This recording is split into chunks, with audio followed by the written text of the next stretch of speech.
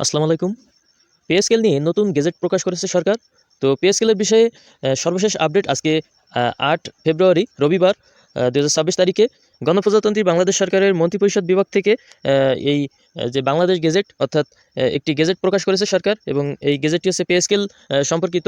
Pay স্কেলের যে সর্বশেষ আপডেট সেটা এখানে বলা হয়েছে। আমরা একটু বিস্তারিত দেখব যে এই প্রজ্ঞাপনের মূল বিষয় কী।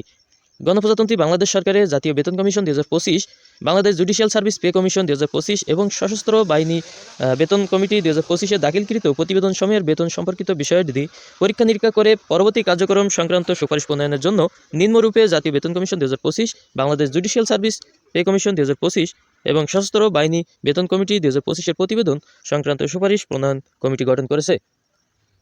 তো এখানে কমিটির যে মূল সদস্যরা মন্ত্রিপরিষদ সচিব, মন্ত্রিপরিষদ বিভাগ আহ্বায়ক, সিনিয়র সচিব জনপ্রশাসন মন্ত্রণালয়ের সদস্য, সচিব প্রতিরক্ষা মন্ত্রণালয়, সচিব অর্থ বিভাগ, সচিব মাধ্যমিক ও উচ্চশিক্ষা বিভাগ, সচিব প্রধান উপদেষ্টার কার্যালয়। এছাড়াও রয়েছে সচিব স্বাস্থ্য সেবা বিভাগ, সচিব আইন ও বিচার বিভাগ, মহা হিসাব নিরীক্ষক ও নিয়ন্ত্রক।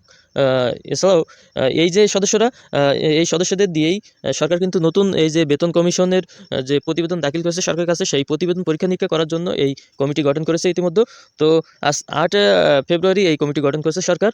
তো এখান থেকে পে স্কেলের অগ্রগতি কিছুটা অনুমান করা যাচ্ছে। কমিটি জাতীয় বেতন commission ২০২৫, Bangladesh judicial service pay commission ২০২৫ ও সশস্ত্র বাহিনী বেতন কমিটি ২০২৫-এর দাখিলকৃত প্রতিবেদন সময়ের বেতন সম্পর্কিত বিষয়টি পরীক্ষা নিরীক্ষা করে পরবর্তী কার্যক্রম সংক্রান্ত সুপারিশ প্রণয়ন করিবে। কমিটি যথাসময়ে সরকারের নিকট প্রতিবেদন দাখিল করিবে। অর্থ বিভাগ কমিটিকে সার্বিক সহায়তা প্রদান করবে। কমিটির সভা প্রয়োজন অনুসারে অনুষ্ঠিত হবে। এটি অবিলম্বে কার্যকর হবে।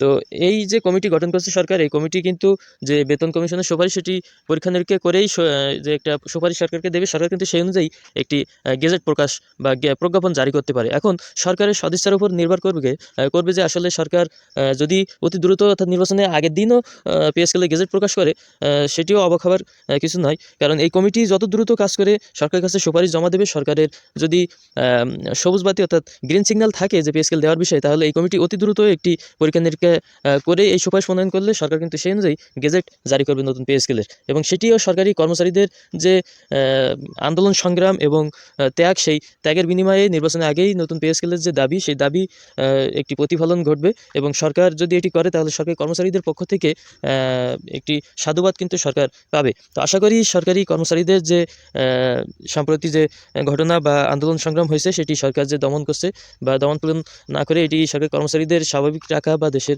সিস্টেম সব কিছু স্বাভাবিক রাখে সত্ত্বেই এই পে স্কেলের গেজেট নির্বাচনের আগেই জারি করুক। তো এমনটি প্রত্যাশা। পরবর্তী আপডেট পেতে অবশ্যই আমাদের চ্যানেলটি সাবস্ক্রাইব করে রাখবেন আর লাইক দিয়ে কমেন্ট করে অবশ্যই আপনাদের মতামত জানিয়ে যাবেন। ধন্যবাদ সকলকে।